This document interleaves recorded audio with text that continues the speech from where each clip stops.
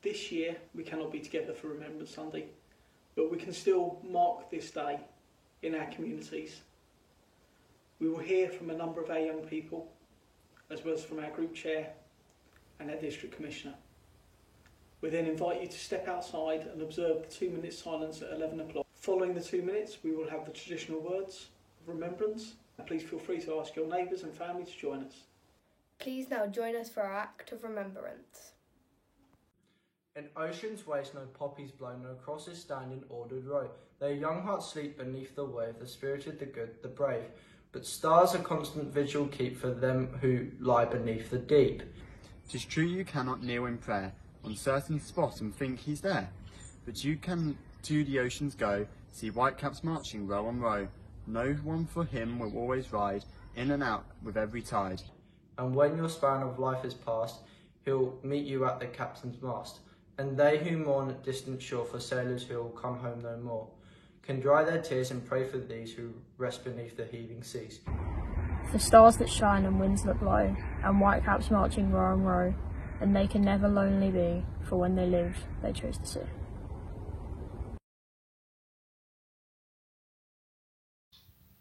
In Flanders fields the poppies blow, between the crosses row on row, that mark our place, and in the sky the larks still singing bravely fly, scarce heard amid the guns below. We are the dead. Short days ago we lived, without dawn, saw sunset glow, loved and were loved, and now we lie in Flanders fields. They will not forget. Come gather round, lads, come one, come all. It's time to answer the bugle's call. Look through the clouds and down below, there's hundreds of friends we used to know. Special day of the year is here, when all our comrades gather near. A promise made for years to keep, to honour us in our endless sleep. Together we all fought, side by side. The lucky one all marched with pride. Some old and grey and racked with pain, but still they marched time and again. Our poppies we saw shining bright. Oh boys, look at this glorious sight. In cloud and mist, in sun and wet, we knew that they would not forget.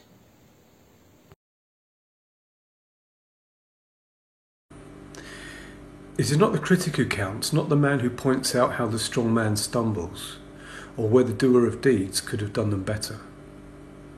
The credit belongs to the man who is actually in the arena, whose face is marred by dust and sweat and blood, who strives valiantly, who errs, who comes short again and again, because there is no effort without error and shortcoming, but who does actually strive to do the deeds, who knows great enthusiasms, the great devotions, who spends himself in a worthy cause, who at the best knows in the end the triumph of high achievement, and who at the worst, if he fails, at least fails while daring greatly, so that his place shall never be with those cold and timid souls who neither know victory nor defeat.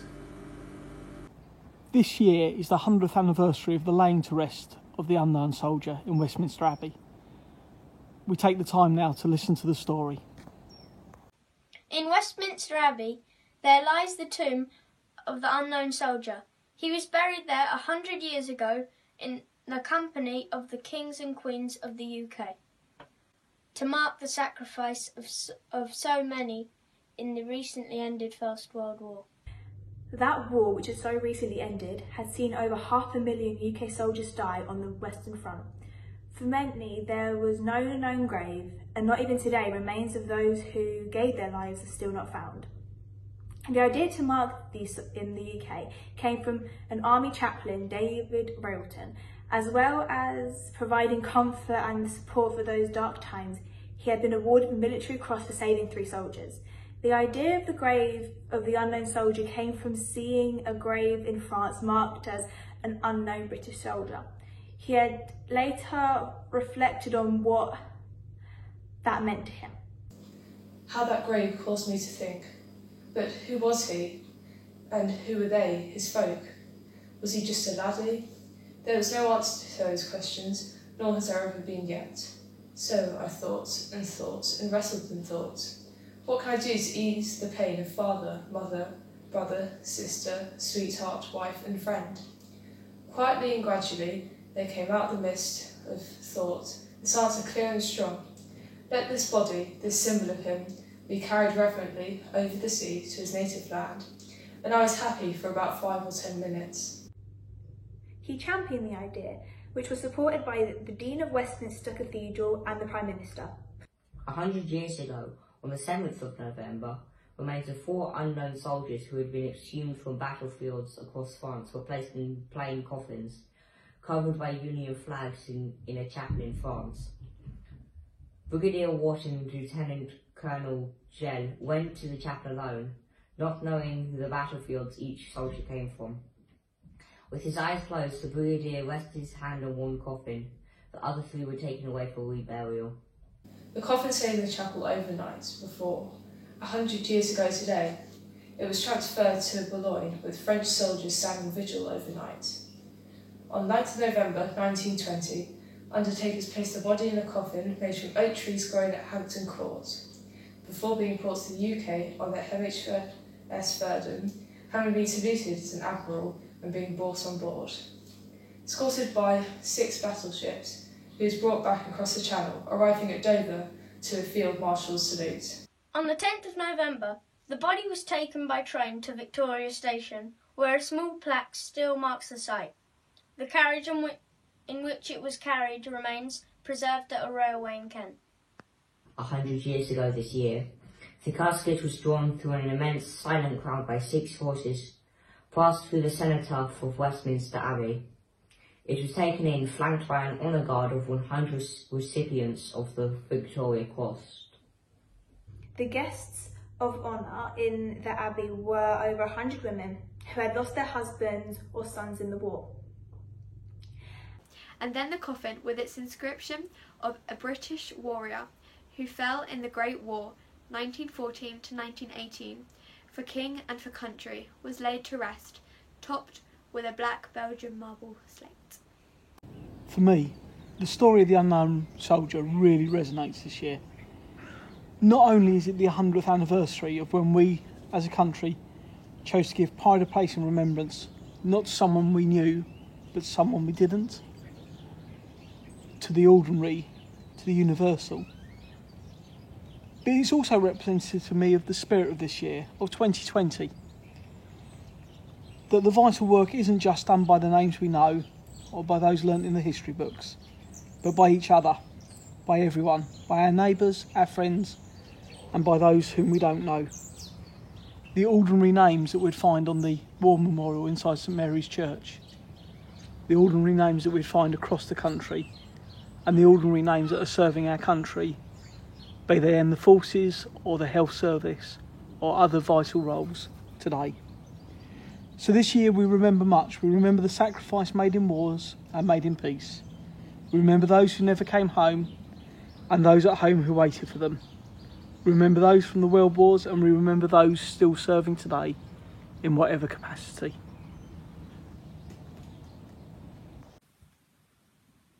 When you go home, tell them of us and say, for your tomorrow, we gave our today. Thank you. I'd now ask you to step outside and to join us and others across the UK in marking the 2-minute silence.